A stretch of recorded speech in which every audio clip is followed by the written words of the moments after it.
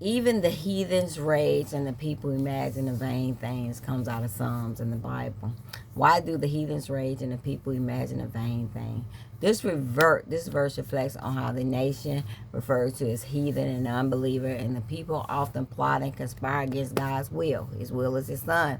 The raging can symbolize the rebellion, the opposition of God's authority, and their vain imagination, representing the plan that God has, God's sovereign purpose, which is Jesus Christ. It showed me how it reflects to Christ. It's often seen as a messianic prophecy, meaning it points forward to a coming Jesus or a coming Messiah. Here's how it connects. Here's how it connects. The rejection of Christ. The people and the ruler of the world plot against Christ, the anointed one, who is Jesus. In the New Testament, even in the Psalms, refers to it in Acts 4, where the early Christian says that Jesus' crucifixion was the ultimate example of the nation and the ruler that plot against God's Messiah. But despite their opposition, God's plan through Jesus Christ still prevailed. It still prevailed.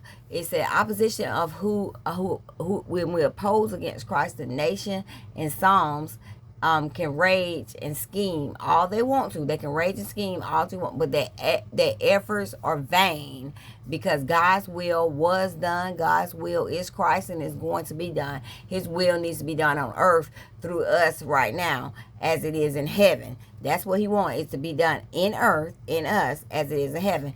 Jesus, as the King of Psalms, goes on to declare God has set his king on his holy hill, which interprets Jesus exalted after the resurrection, where he reigns as Lord and Savior.